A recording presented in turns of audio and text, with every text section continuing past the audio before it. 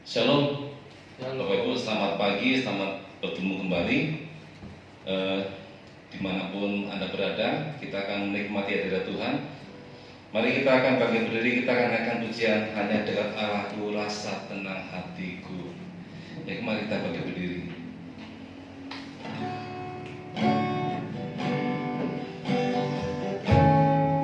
Apapun masalah saudara, hari ini Tuhan memberikan jalan keluarnya. Tuhan akan menolong kita melewati masa-masa susah itu. Hanya dekat Allah ada ketenangan.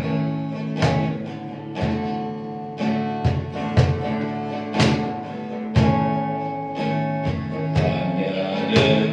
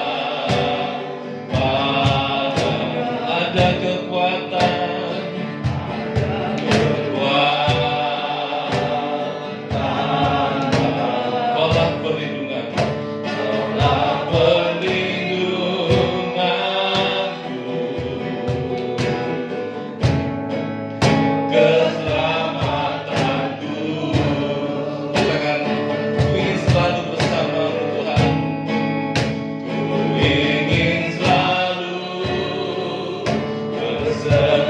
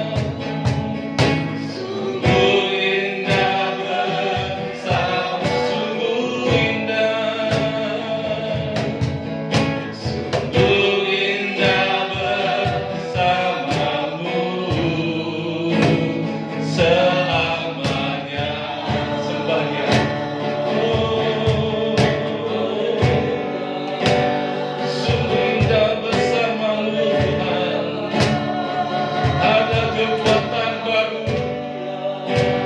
ada jalan keluar. Haleluya, kami serah, kami yakinkan.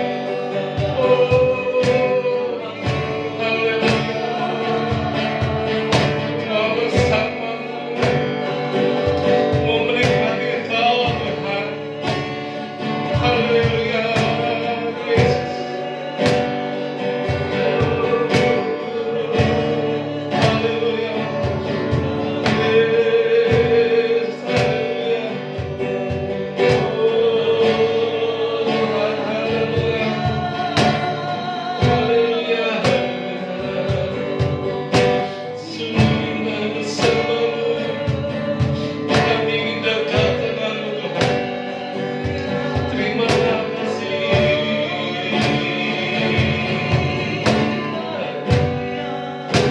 Ku ingin selalu bersekutu denganmu, menikmati hadiratmu. Biarkanlah tinggal dalam hidup. Ku indah bersamamu, ingin selalu bersekutu denganmu, menikmati hadiratmu. Biarkan rohmu tinggal dalam hidup. Sungguh indah bersamamu, sungguh indah. Sungguh indah bersamamu, sungguh indah. Sungguh indah bersamamu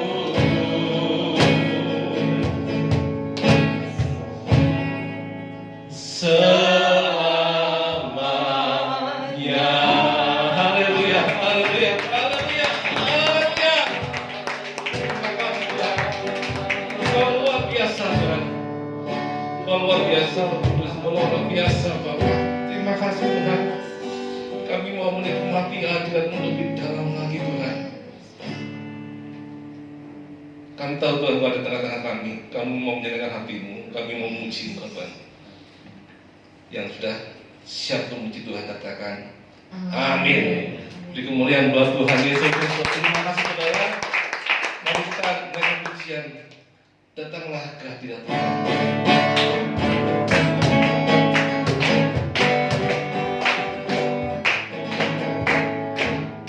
Datanglah ke hadirat dengan hati berani.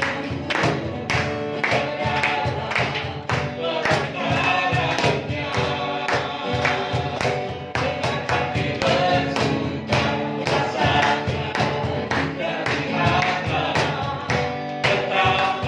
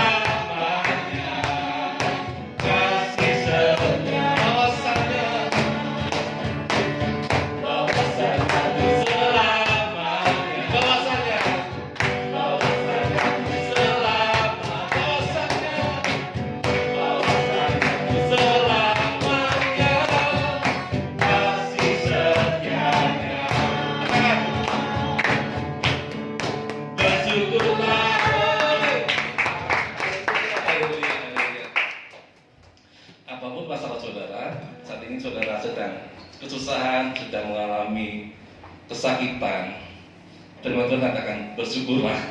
Amin.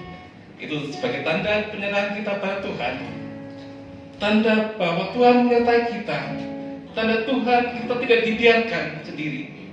Karena dalam bersyukur itu Tuhan akan nyatakan kehendaknya. Mari kita akan menikmati firman Tuhan. Kita akan nyatakan pujian, Engkaulah perisaiku.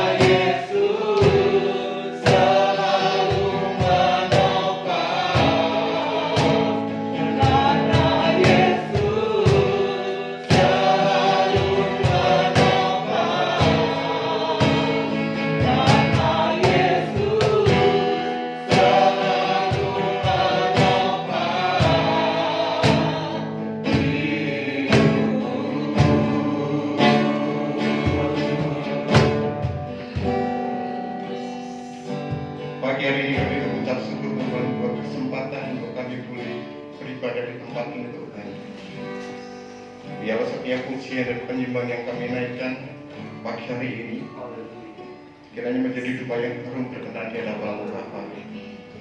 Tiba saatnya pagi hari ini kami mau belajar akan kebenaran firman-Mu Tuhan Yesus. Urapi kami dan persiapkan hati kami, Bila firman Tuhan yang pagi hari ini kami boleh belajar, jatuh di dalam tanah yang subur. Kami bukan sekedar untuk membaca, kami bukan sekedar untuk kami pandai mendengar, tetapi Roh Kudus mampukan kami untuk kami menjadi pelaku-pelaku akan kebenaran-Mu itu. Terima kasih surga, kami siapkan hati kami pagi hari ini. Hanya di dalam nama Tuhan Yesus Kristus kami siap untuk mendengarkan firman-Mu. Haleluya. Amin.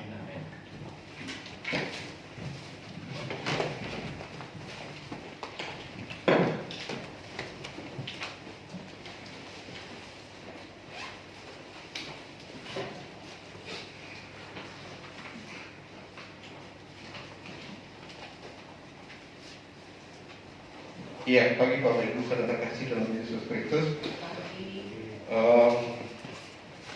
Izinkan pagi hari ini untuk saya belajar untuk menyampaikan firman Tuhan. Tetapi sebelumnya maafkan saya dan ampuni saya kalau pagi hari ini ada yang sampaikan kurang berkenan atau sesuatu yang kurang pas, karena saya menyadari bahwa kapasitas saya belum maksimal di dalam berdiri di depan Bapak Ibu. Ya, tahun ini adalah tahun perubahan. Jadi visi gereja kita yang disampaikan melalui gembala kita adalah tahun perubahan. Tentunya bahwa sepanjang kita memutuskan untuk kita mengiringi Tuhan, kita nggak mungkin kita akan berjalan di tempat, bahkan kita akan mundur. Tetapi pastinya bahwa ini adalah momen yang bagus. Tahun ini adalah tahun perubahan. Saya sering sharekan dengan istri anak-anak saya bahwa kita nggak mau bahwa kita terlambat. Kita sama-sama sepakat bahwa tahun ini kita tahun perubahan menuju kebaikan itu. Kalau kita setiap hari Minggu pasti dengar dari gembala kita bahwa setiap firman Tuhan yang disampaikan bicara tentang perubahan. Setiap renungan, setiap pagi mengacu tentang perubahan. Dan kita tidak mau bahwa kita ketinggalan. Mari kita sama-sama belajar bahwa kita juga mau berubah untuk menuju kebaikan itu. Amin. Iya, saya mengambil tema pada pagi hari ini adalah perhatikan keadaanmu dan berubahlah. Ya, kita akan baca di dalam Efesus 1 ayat yang ke-5.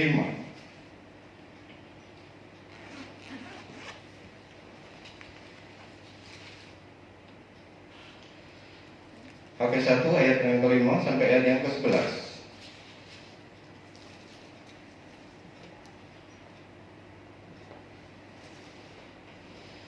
Ya, sudah temu Bapak Ibu? Ya, saya akan bacakan bagi Bapak Ibu pagi hari ini. Demikian firman Tuhan. Oleh sebab itu, beginilah firman Tuhan semesta alam. Perhatikanlah keadaanmu. Kamu menabur banyak tetapi membawa pulang sedikit, hasil sedikit. Kamu makan tetapi tidak sampai kenyang. Kamu minum tetapi tidak sampai puas. Kamu berpakaian tetapi badanmu tidak sampai panas. Dan orang yang bekerja untuk upah, ia bekerja untuk upah yang ditaruh di dalam pundi-pundi yang berlubang.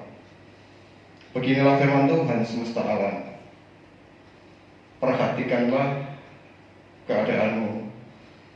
Jadi naiklah ke gunung, bawalah kayu dan bangunlah rumah itu. Maka aku akan berkenan kepadanya dan akan menyatakan kemuliaanku di situ. Firman Tuhan.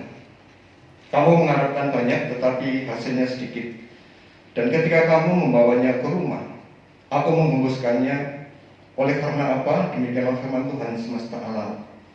Oleh karena rumahku yang tetap menjadi reruntuhan, sedang kamu masing-masing sibuk dengan urusan rumahnya sendiri. Itulah sebabnya langit menahan embunnya dan bumi menahan hasilnya. Dan aku memanggil kekeringan datang ke atas negeri, ke atas gunung-gunung, ke atas gandum, ke atas anggur, ke atas minyak, ke atas segala dihasilkan tanah, ke atas manusia dan hewan, dan ke atas segala hasil usaha. Ya, Bapak Ibu, kita sering sekali ketika kita membaca firman Tuhan, ada kata-kata atau kalimatnya diulang-ulang. ada yang diulang 2 kali, ada yang ulang 3 kali. Sama dengan apa yang kita baca pada pagi hari ini di dalam Matius 1 ayat 5 sampai ayat 11, ada satu kalimat yang diulang 2 kali, yaitu yang ada di dalam ayat 5 dan ayat yang ke-7. Kalimatnya demikian, perhatikanlah keadaanmu. Hakim bermaksud memberikan tahu buat setiap kita bahwa setiap kita atau setiap orang yang tidak memperhatikan kehidupan kita, maka realita yang salah itu yang akan kita alami. Ketika seorang memutuskan untuk kita memperhatikan keadaan kita, maka realita yang benar itu yang kita akan alami. Realita yang salah itu ada di dalam, kita baca di dalam ayat yang ke-6. Kamu menabur banyak tetapi membawa pulang hasil sedikit. Kamu makan tetapi tidak sampai kenyang. Kamu minum tetapi tidak sampai puas. Kamu berpakaian tetapi badanmu tidak sampai panas. Dan orang yang bekerja untuk upah, ia bekerja untuk yang ditaruh dalam pundi-pundi yang berlubang. Ya, Bapak Ibu, apa yang kita pelajari selama ini adalah menabur banyak kita akan tuai banyak. Apa yang kita mengerti adalah ketika kita menabur sedikit kita akan tuai sedikit. Itu yang selama ini kita tahu. Tetapi firman Tuhan pagi hari ini Bapak katakan bahwa ketika kita menabur kita menuai sedikit. Itu kan realita yang salah. Menabur bukan bicara tentang jumlah. Menabur banyak bicara tentang kapasitas yang kita ada. Tentunya Bapak Ibu kita masih ingat ketika Tuhan Yesus ada di Bait Allah. Orang-orang hebat itu masuk di dalam Bait Allah dan memberikan persembahan yang secara jumlah yang besar-besar sekali.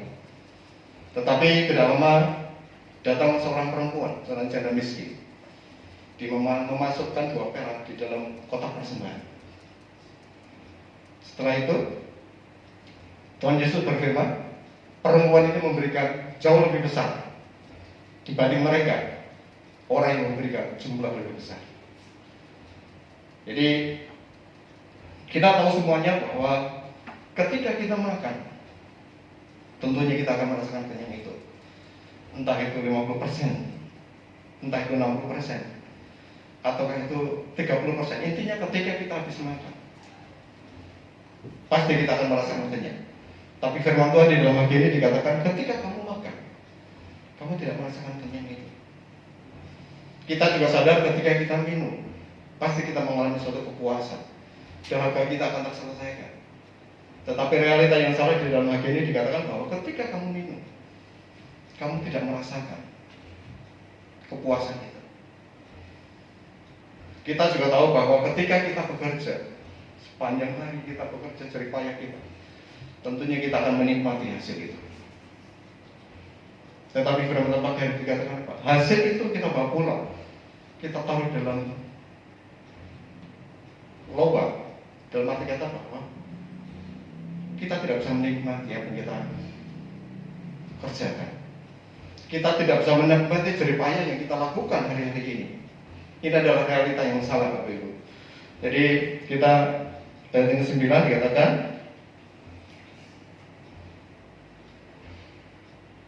kamu mengharapkan banyak tetapi hasilnya sedikit. Dan ketika kamu membawanya ke rumah, aku menghembuskannya. Oleh karena apa?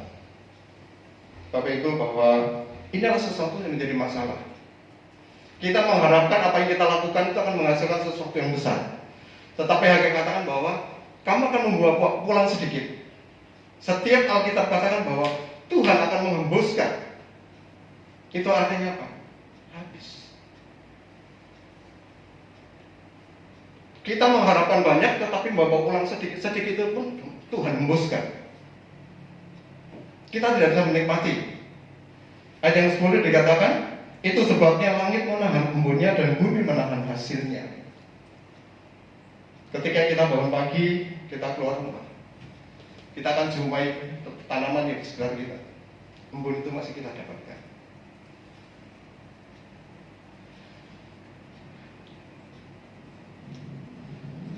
Dan ketika kita bekerja, yakin bahwa bumi itu akan menghasilkan untuk kita.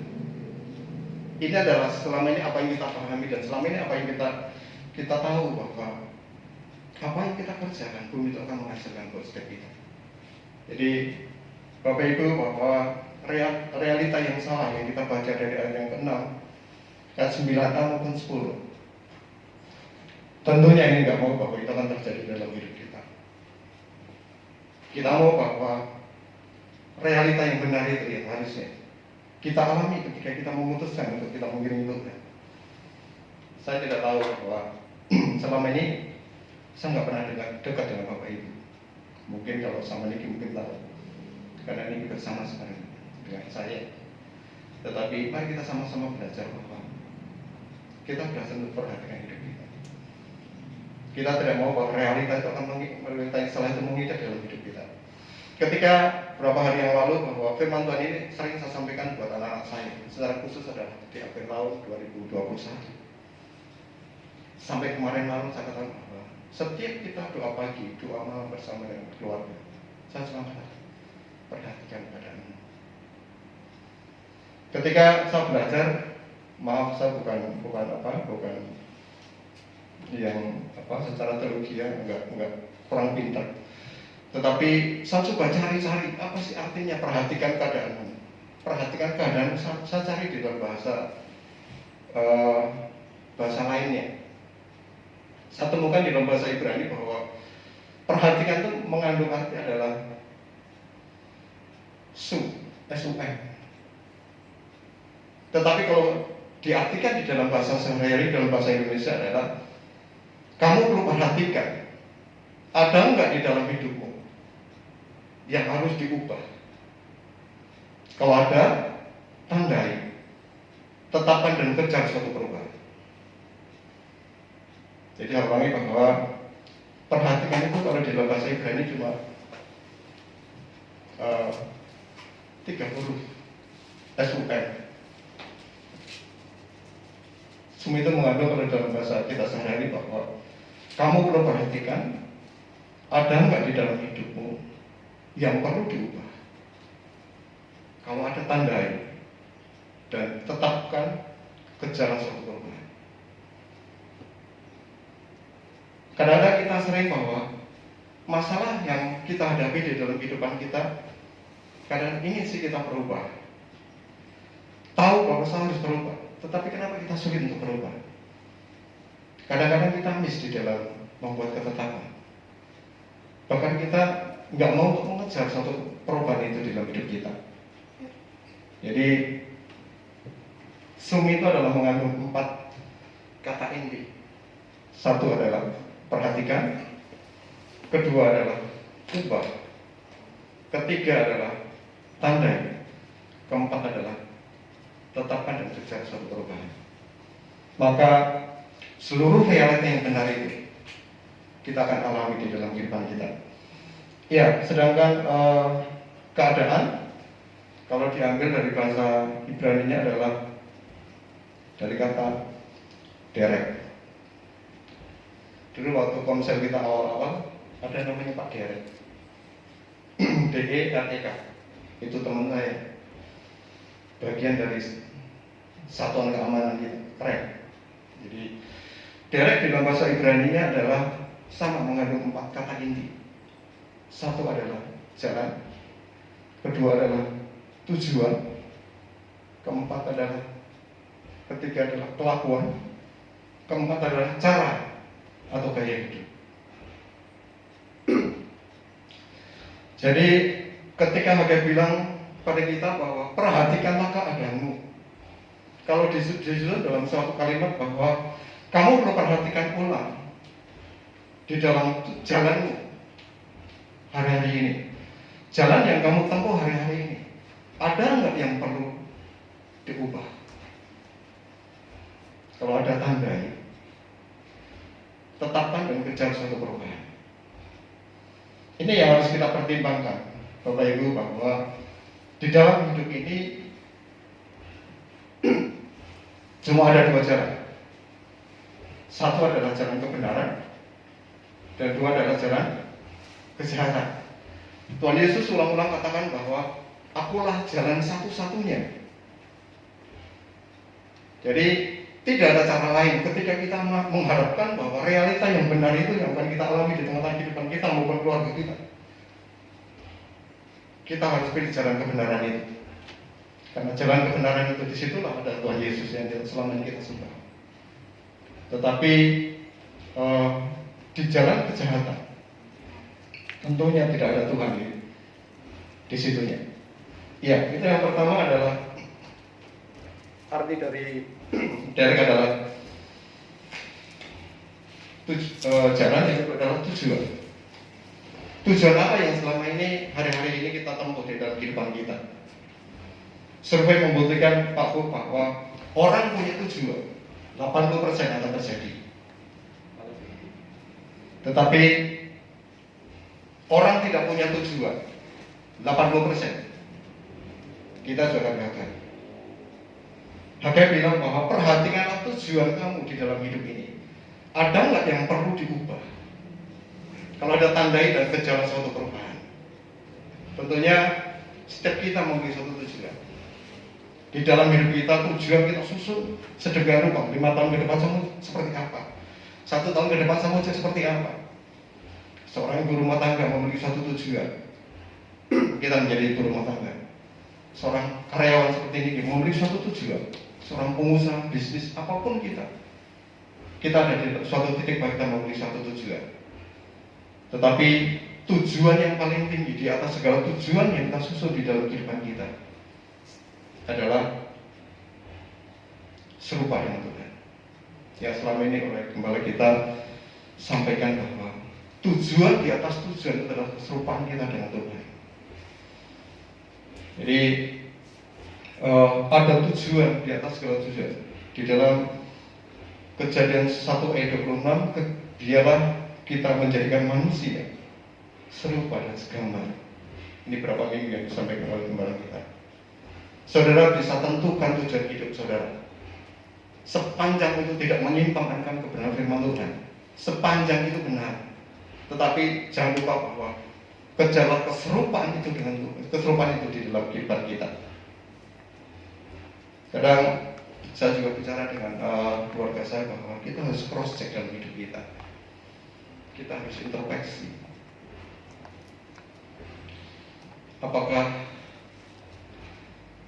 ketika kita menjalankan kehidupan ini hari lepas hari, kita semakin serupa ya dengan Tuhan?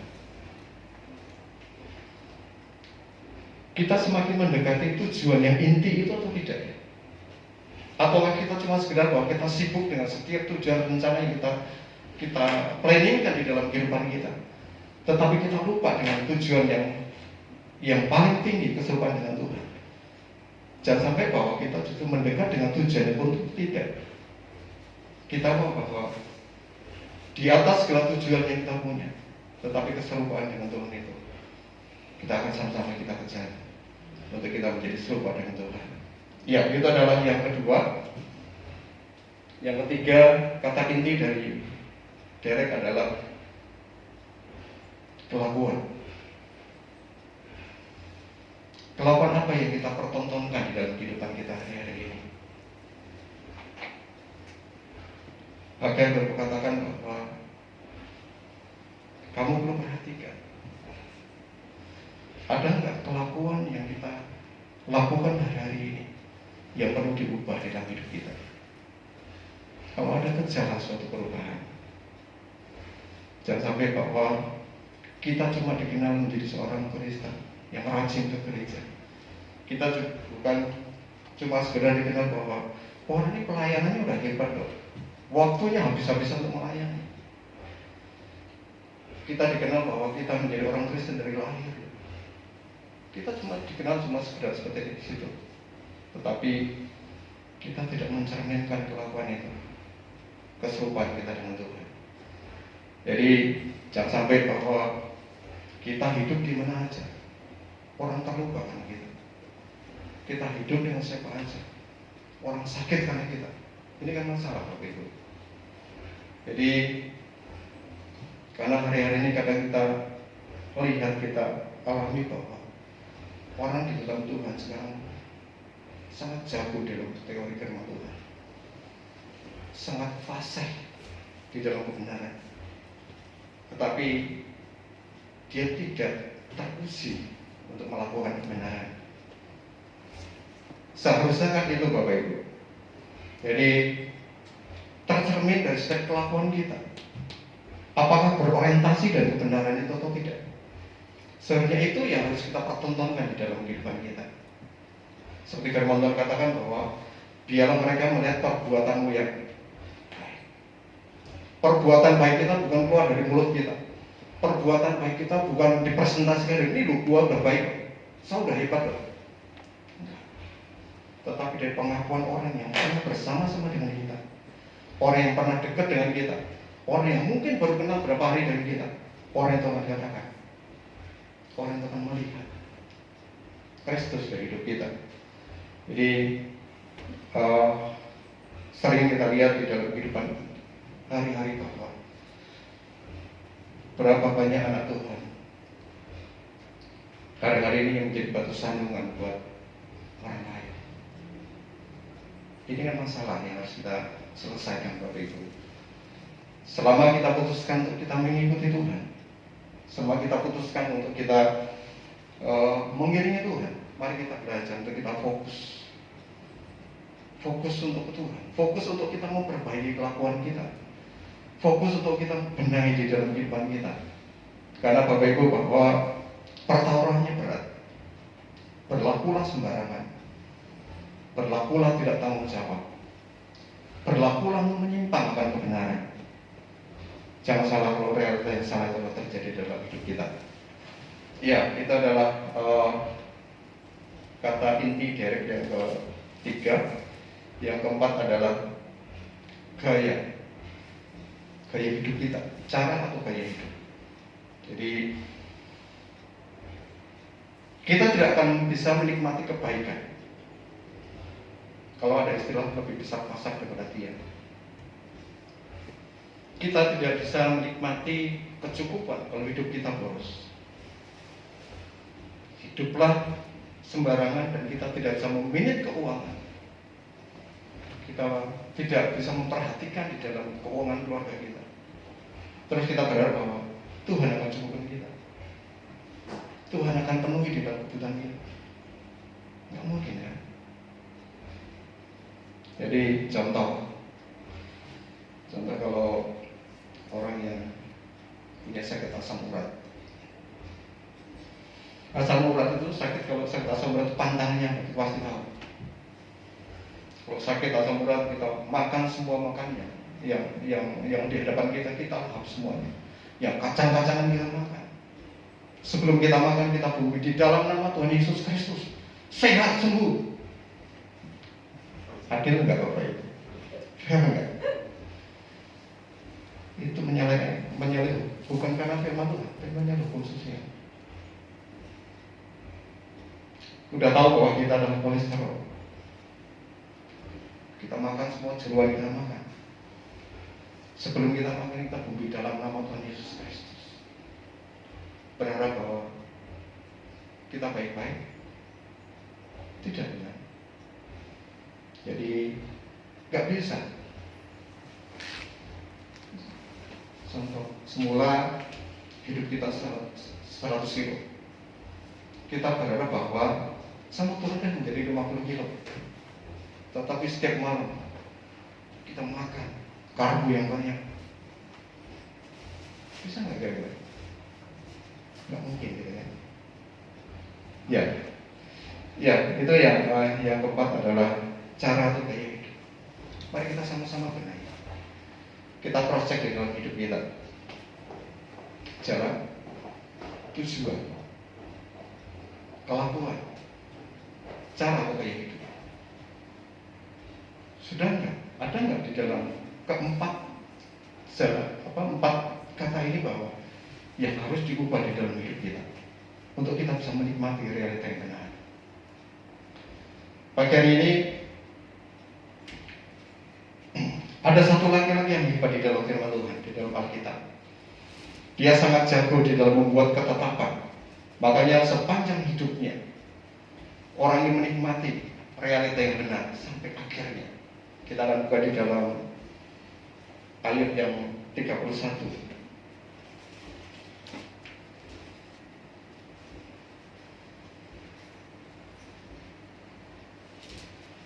Ayat 31.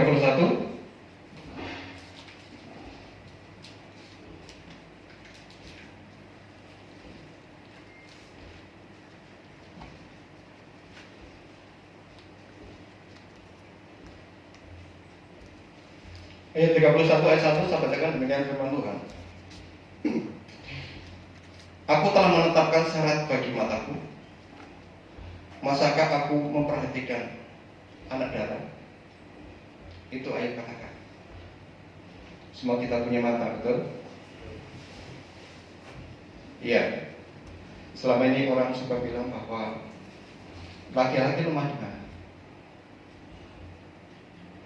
Laki-laki lemah di mata, itu kata orang.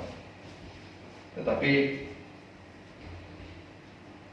pagi ini saya akan bilang bahwa sebagai seorang laki-laki, dengan survei membuktikan bahwa dengan kemajuan zaman teknologi yang sekarang semakin maju, dengan beda budayaan yang ada, bahwa suatu titik pada saat ini adalah wanita maupun laki-laki itu lemah di dalam mata. Jadi Ayub katakan bahwa aku menetapkan syarat bagi mataku. Masakah aku punya mata untuk melihat perempuan lalu tidur pada dia? Jadi memperhatikan bukan sekedar bahwa wanita lewat, laki-laki lihat, selesai. Bukan. Kita tahu semuanya bahwa Ayub sudah memiliki istri. Ayub berani mengambil ketetapan bahwa saya menetapkan mata saya untuk tidak jelalatan melihat perempuan dan tidur dengan orang itu. Itulah arti yang sesungguhnya. Jadi kita tahu bahwa salah satu laki-laki yang perlu kita contoh adalah Ayub. Ayub ini adalah orang yang dipresentasikan oleh Tuhan. Bayangkan, laki-laki ini yang dipresentasikan Tuhan di depan setan. Pada hari itu Tuhan katakan, engkau melihat hambaku Ayub, kata Tuhan. Ayub adalah orang yang saleh. Yang pertama, yang kedua, dia adalah orang yang jujur. Dia adalah orang yang takut akan Tuhan. Yang keempat, dia adalah orang yang menjauhi kejahatan. Jadi Ayub ini terbiasa membangun kehidupannya dengan memiliki prinsip dan ketetapan-ketetapan yang dibangun. Karakter Ayub ini tidak datang dengan sendirinya ketika ada masalah. Enggak. Jadi Ayub terbiasa membangun kehidupannya dengan prinsip. Jadi karakter Ayub tidak muncul ketika ada suatu cobaan. Makanya waktu Ayub mengalami suatu tragedi berkali-kali, Ayub katakan apa? Aku tidak bersalah Tuhan. Betul? Mari kita cermati di dalam kehidupan kita, Bapak Ibu. Sama dengan saya, kita cermati bahwa kita lemah di mana? Kita lemah di mata. Mata kita sering lihat sesuatu yang tidak benar. Atau kita lemah di dalam telinga. Telinga kita tipis, mendengar sesuatu langsung nyambung. Atau kita lemah di dalam tangan kita. Tapi saya yakin bahwa tempat ini tidak ada. Tangan kita suka mukulin, tidak ada kan? Atau kita lemah di lidah.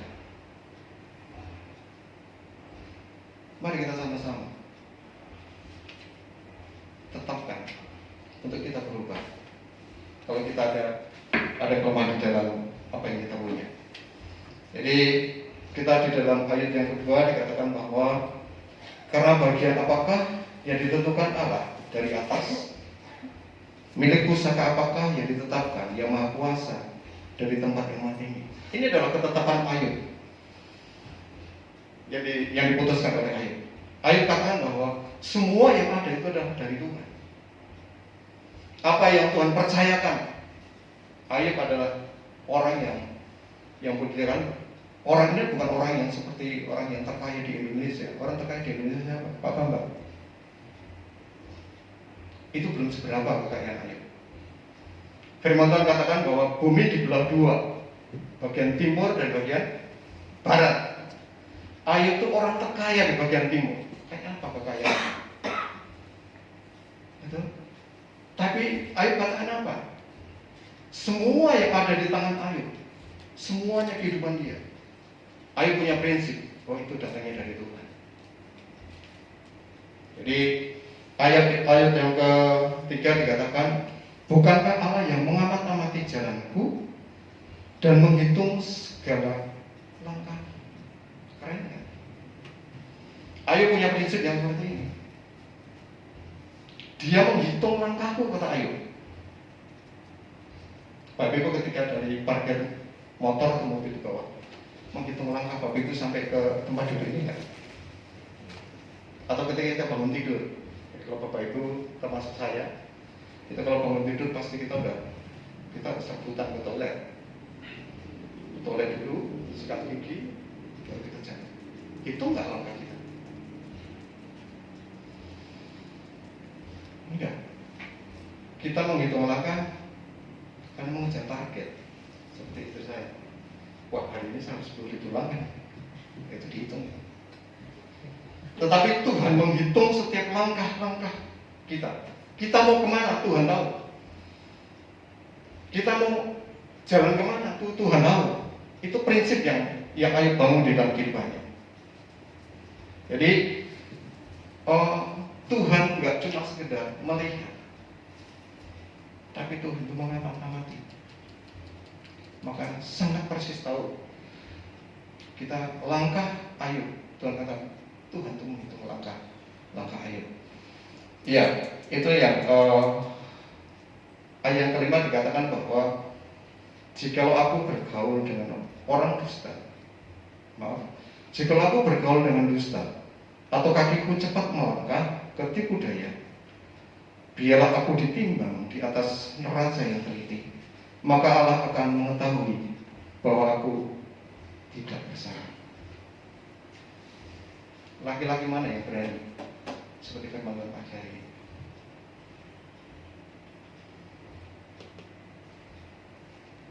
Kalau hari ini kita berdiri di depan Tuhan, timbang dong saya dengan neraca yang paling teliti.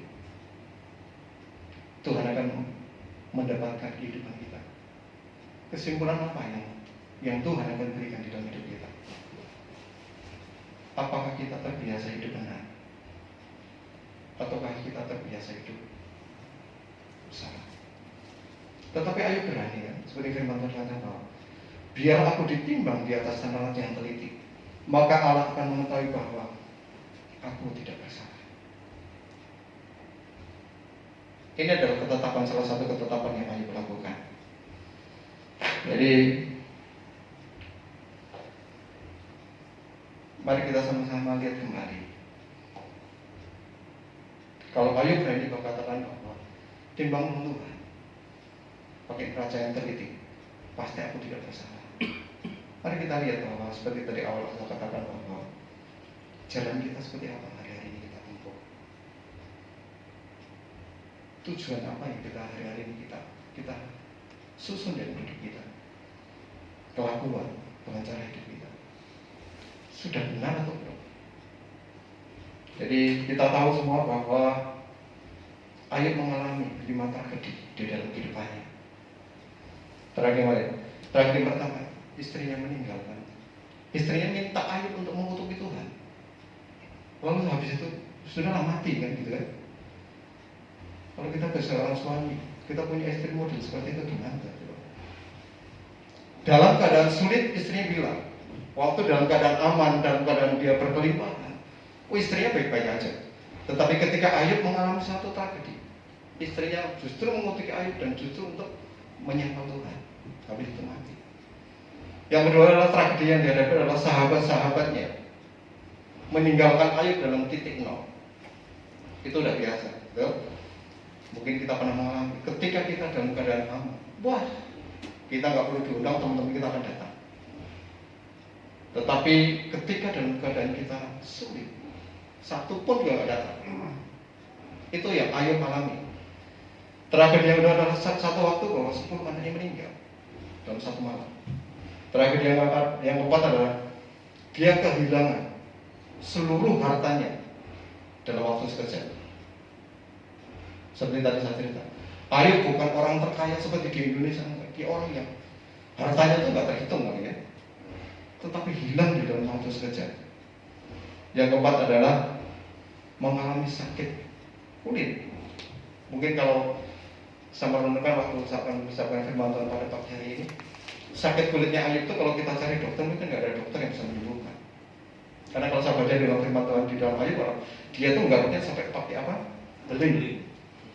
Garuk, nggak sembuh masih segatal, garuk lagi, garuk lagi.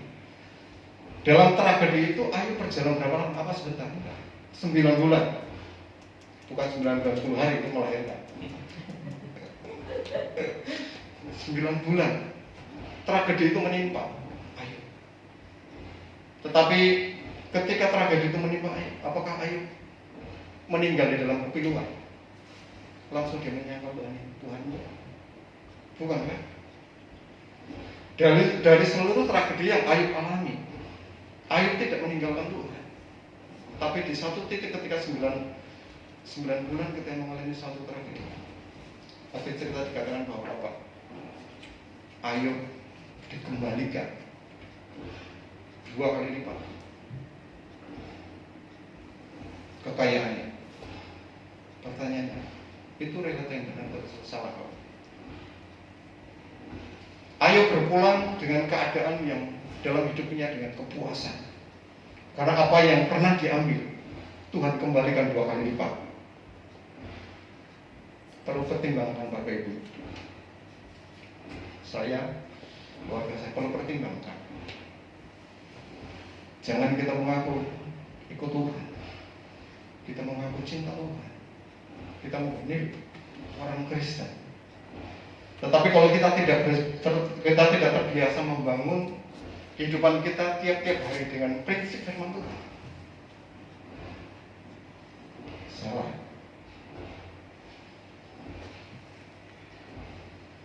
Salah. Kita pertimbangkan ulang.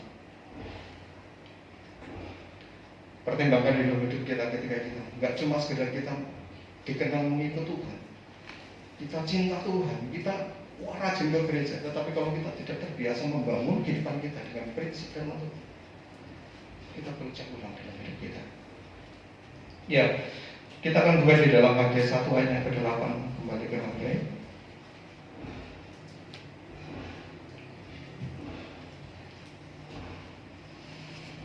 Hagai 1 ayat ke-8, demikian firman Tuhan. Jadi naiklah ke gunung, bawalah kayu, bangunlah rumah itu. Iya,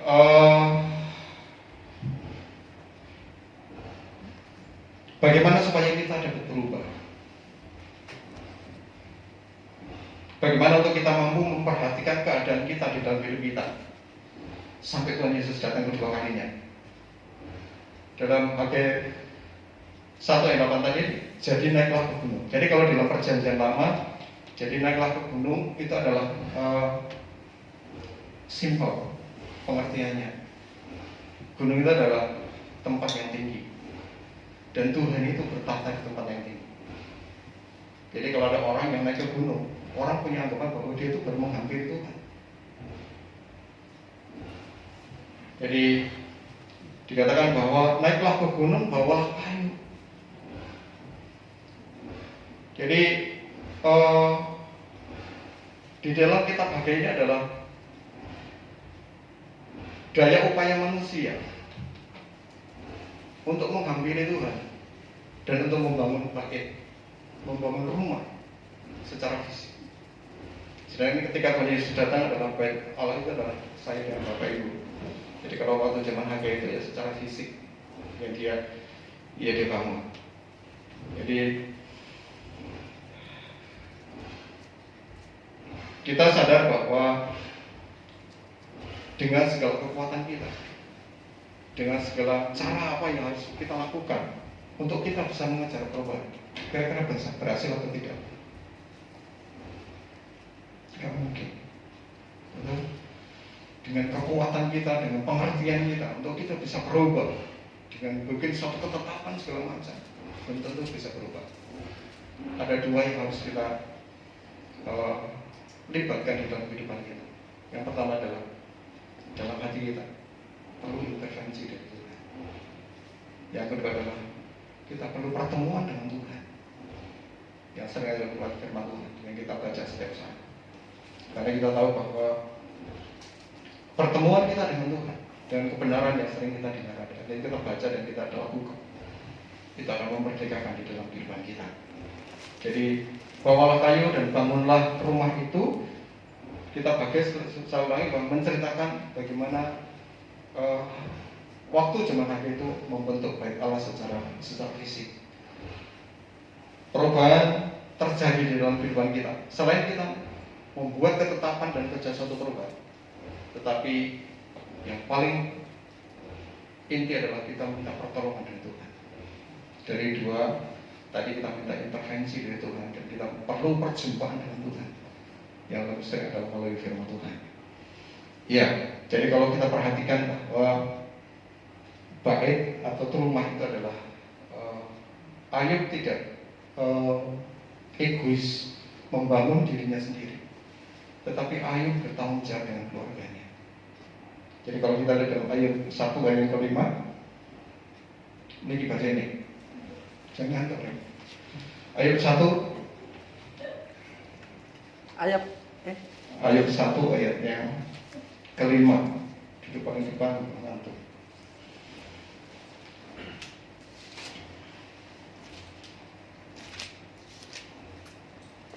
Ayub 1 ayat 5. Setiap kali apabila hari-hari pesta telah berlalu, Ayub memanggil mereka dan menguduskan mereka. Keesokan harinya pagi-pagi bangunlah Ayub, lalu mempersembahkan korban bakaran sebanyak jumlah mereka sekalian. Sebab pikirnya, mungkin anak-anakku sudah berbuat dosa dan telah mengutuki Allah di dalam hati. Demikianlah dilakukan Ayub senantiasa. Amin. Diawali dengan setiap kali dan diakhiri dengan senantiasa. Jadi Ayub nggak mau selamat dengan dirinya sendiri. Dia bertanggung jawab dengan istri dan anak-anaknya. Dikatakan bahwa setiap kali apabila hari-hari pesta telah berlalu, Ayub memanggil mereka dan menguduskan mereka. Keesokan harinya pagi-pagi bangunlah Ayub lalu mempersembahkan korban bakaran sebanyak jumlah mereka sekalian, sebab pikirnya, mungkin anak-anakku sudah berbuat dosa dan telah mengutuki Allah di dalam hati.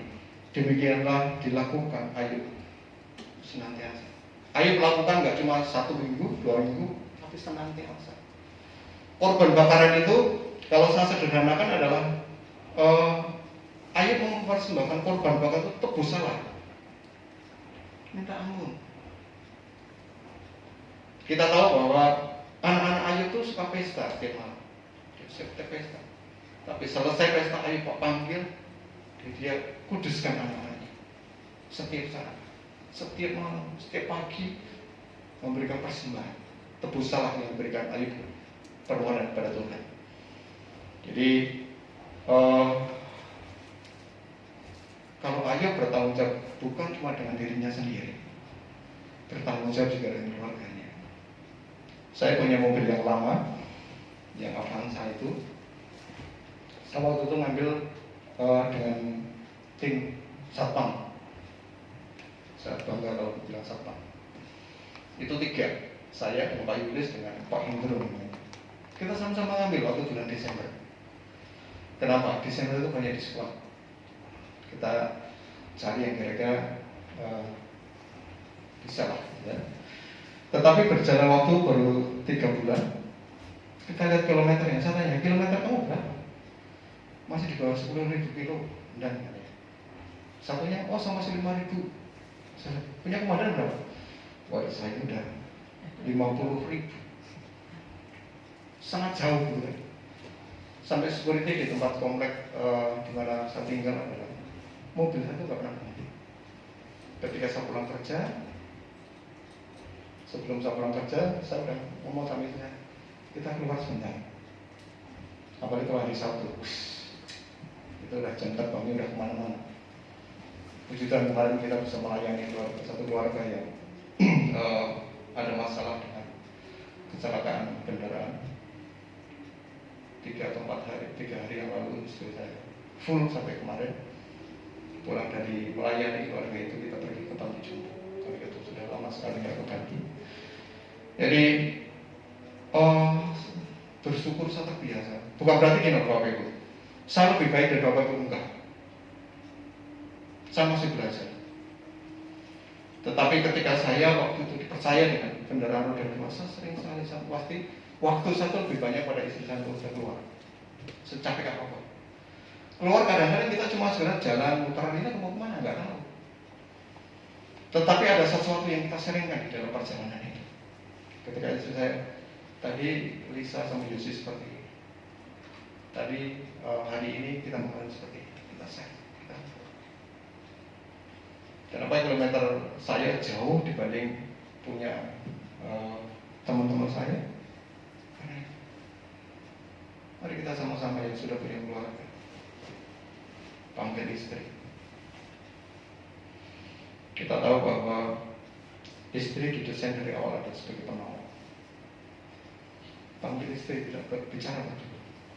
Mungkin bicaranya kita dibasuh, boleh. Kemarin baru sekali-kali Nasa sama istri saya makan minum di itu gara-gara anak saya itu. Jadi muter-muter kita mau cari makan, mau mana? Ngopi aja lah, bisa kopi kayak ngopi ya, di coffee shop lah gitu. Waduh, anak modern ya. Kita ngopi di coffee shop kemarin berdua. Panggil istri, kita share jalan tujuan, kelaku, gaya hidup keluarga kita sudah benar atau tidak? Yang belum menikah, lihat kembali jalan tujuan, kelakuan, cara berhidup sudah benar atau tidak? Jadi kalau belum, ayo kita kembali dari awal. Jadi kalau saya, Bapak Ibu Saudara, ingin mau menikmati realita kehidupan yang benar di dalam kehidupan kita, manapun banyak kita akan mulai banyak. Kita makan kita akan kenyang, kita minum kita akan terpuaskan dengan minum itu. Kita berpakaian, pakaian itu menghangatkan di dalam tubuh kita. Kita bekerja, kita akan menikmati hasil yang kita kerjakan. Dua hal yang harus kita kerjakan. Cermati ulang di dalam hidup kita. Yang kedua, cermati ulang keluarga kita, istri anak-anak kita. Apakah jalan tujuan, kelakuan dan gaya hidup sudah benar atau tidak? Kalau belum, mari kita mulai dari awal sama-sama. Amin. Cukup kita doa. Ya, kita akan tutup dengan doa untuk WL Senior. Silakan ke depan.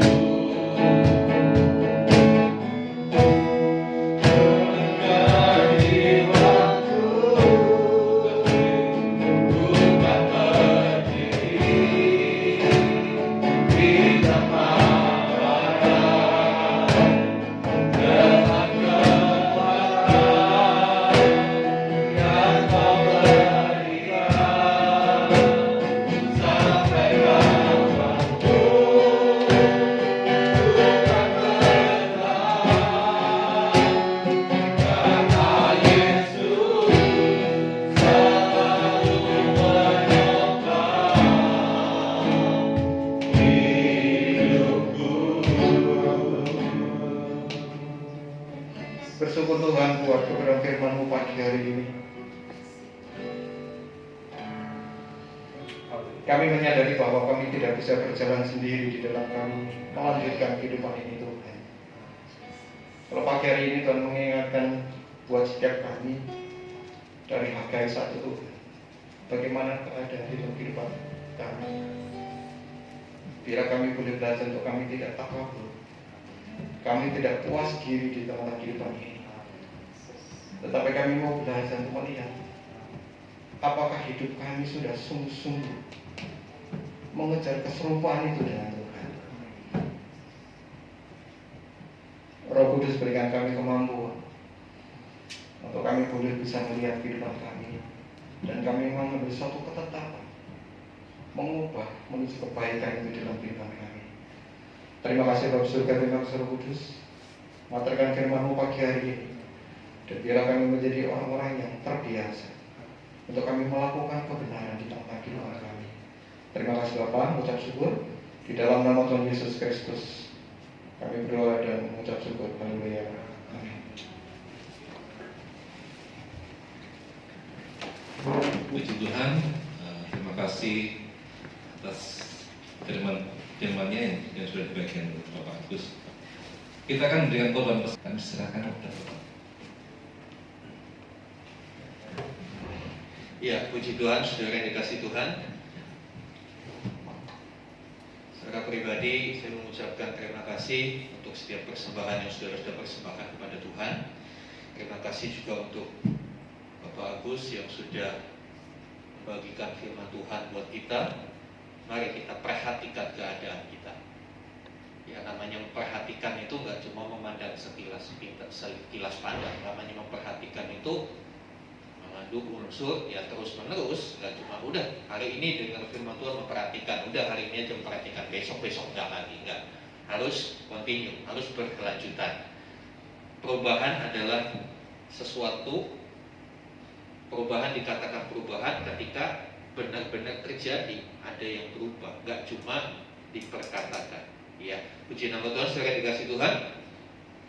Untuk minggu ini Komsel giliran untuk area Cikarang. Ya, saya katakan Cikarang karena cukup luas jangkauannya, bukan hanya Lipo. Lipo nanti Lipo aja, Delta enggak, yang Cikarang baru enggak, yang Taman Sentosa enggak. Cikarang sama area yang kedua itu area KSB. Sebetulnya area KSB itu cakup 2 kecamatan, Kecamatan Serang Baru dan Kecamatan Sibarusa. Iya. Jadi itu sekali lagi Komsel bukan untuk berlomba saing-saingan, tapi justru pembagian area ini tujuannya supaya lebih memudahkan kita, jangkauannya nggak terlalu jauh. Ya, yang jauh-jauh bisa ngumpul dengan yang berdekatan, sehingga kalau ada sesuatu cepat komunikasinya, cepat bisa berhubungan. Ya, itu kemudian untuk rencana kita pasca retret setelah ibadah hari ini mengusahakan rapat, dan minggu depan, hari-hari depan kita akan survei sehingga kita bisa tahu fixed cost-nya berapa, biayanya berapa. Sekali lagi, tabungan tetap berjalan, jangan khawatir ya. Tidak ada potongan biaya administrasi, tidak ada biaya ATM karena memang nggak ada ATM ya. Diharapkan dengan tabungan ini kita bisa ikut semua.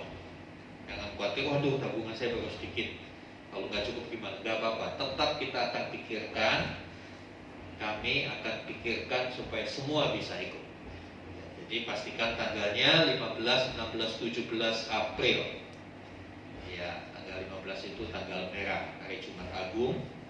Kita akan merayakan Paskah bersama-sama dalam bentuk yang berbeda. Kita akan benar-benar seperti firman Tuhan tadi, yuk kita bawa kayu, naik di gunung, cari Tuhan. Intinya begitu, cari Tuhan. Ya, itu aja yang bisa saya sampaikan. Mari kita sama-sama bangkit berdiri, kita naikkan dua syafaat kita. Saya undang Ibu Rini untuk memimpin kita dalam doa syafaat.